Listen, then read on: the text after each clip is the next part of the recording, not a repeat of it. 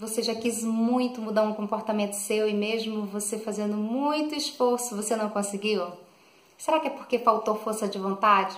Ou será que é porque existem outros elementos que influenciam no nosso comportamento, mas nós não fazemos ideia? Se você não me conhece, meu nome é Edcleia Mello e esse aqui é A Vida Como Eu Vejo.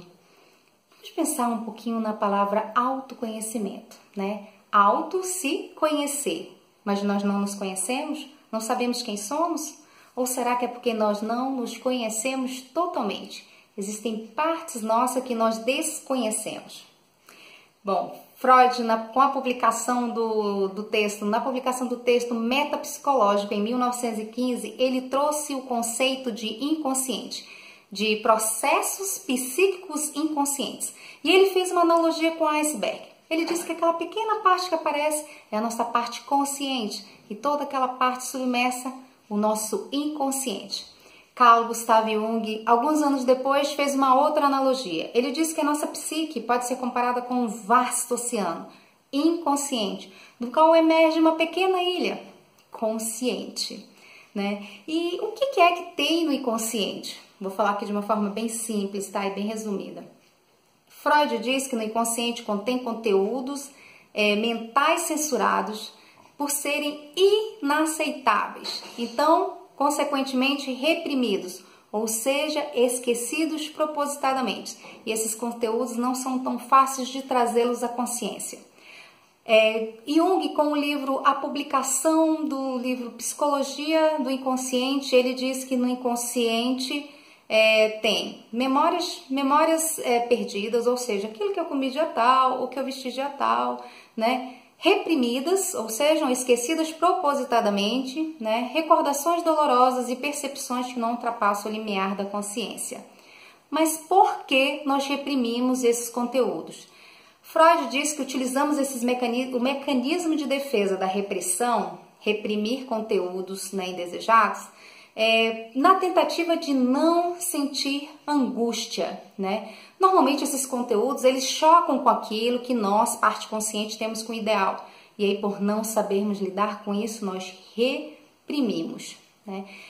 É natural que o inconsciente, por ser a maior parte da nossa psique, ele influencie mais na nossa personalidade, no nosso comportamento. Mas nós não fazemos ideia. Nós até achamos que nós, parte consciente, é que estamos no comando. Mas isso é um ledo engano, né? Existe toda uma força psíquica que rege tudo isso.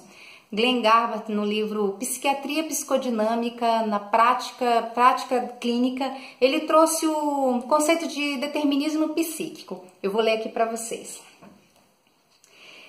Vivemos nosso dia a dia como se tivéssemos liberdade de escolha, mas na realidade somos muito mais limitados do que imaginamos. Em grande parte, somos personagens de um roteiro escrito pelo inconsciente.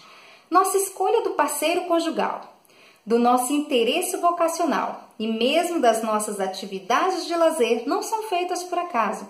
Elas são moldadas por forças inconscientes. Em resumo, o comportamento tem um significado. Bom, eu não estou falando isso aqui agora para você começar a não fazer esforço nenhum para mudar seu comportamento, se achando uma vítima passiva das forças do inconsciente. Nada disso, viu? Gaba diz, existe um lugar para escolha. Embora possa ser mais restrita do que gostaríamos que fosse, a intenção consciente de mudar pode ser um fator influente na recuperação dos sintomas, né?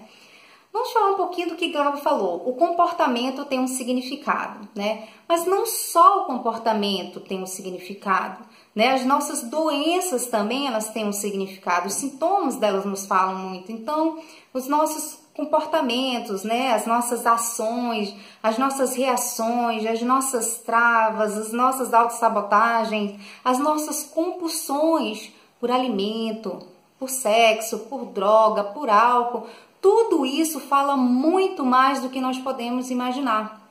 Só que o que acontece? Muitas vezes nós até percebemos que nós precisamos, né, mudar, e aí a gente faz o quê? Nós vamos lá no comportamento, né? Isso adianta em alguns casos, mas na maioria das vezes o que acontece? Nós até conseguimos fazer muito esforço, com que esse comportamento ele fica assim adormecido, né? E aí depois, com o tempo, parece que ele desperta com mais força. Ou às vezes ele se manifesta de uma outra forma. E eu vou dar um exemplo aqui para ficar mais claro. Esse semestre, meu grupo da faculdade fez uma pesquisa sobre comportamento após cirurgia bariátrica. E o que eu percebi? Que muitas pessoas, apesar de reduzir o estômago, ainda continuavam com compulsão por comida. Muitos e outras desenvolviam outras compulsões, a grande maioria das vezes por álcool. Vamos dar outro exemplo, né? Você já deve ter conhecido ou já deve ter passado por isso. Faz dieta, a pessoa faz a dieta, tá super bem, se alimenta bem, emagrece, tá lindo, de repente essa pessoa joga tudo pro alto, volta a se alimentar como se alimentava, engorda às vezes muito mais do que quando ela começou a dieta.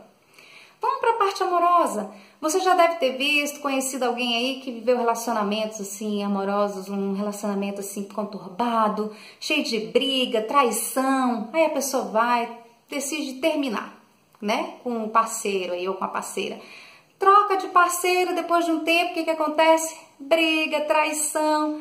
Aí troca o parceiro, o que acontece? Como depois de um tempo, briga, traição. Parece que essa pessoa ela só muda o nome dos parceiros, né? Porque parece que ela continua no mesmo relacionamento, ela tem o mesmo padrão de relacionamento, né? E vamos agora assim para as doenças. Você já deve ter visto, já deve ter passado por isso, ou conhecido alguém que tem uma doença, aí a gente vai lá no sintoma, toma um remédio, aí esse sintoma desaparece, né?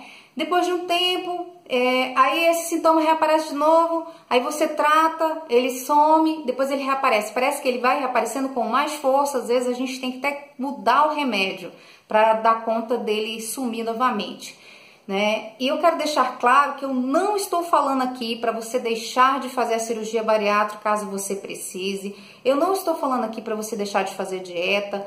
Não estou falando que não é para terminar com um parceiro que está te fazendo mal, nem muito menos que você não deva tomar remédio, tá? Eu estou falando que não adianta nós irmos somente lá no comportamento ou só no sintoma, sem olhar o que está por trás disso. Nós precisamos olhar o que está por trás disso.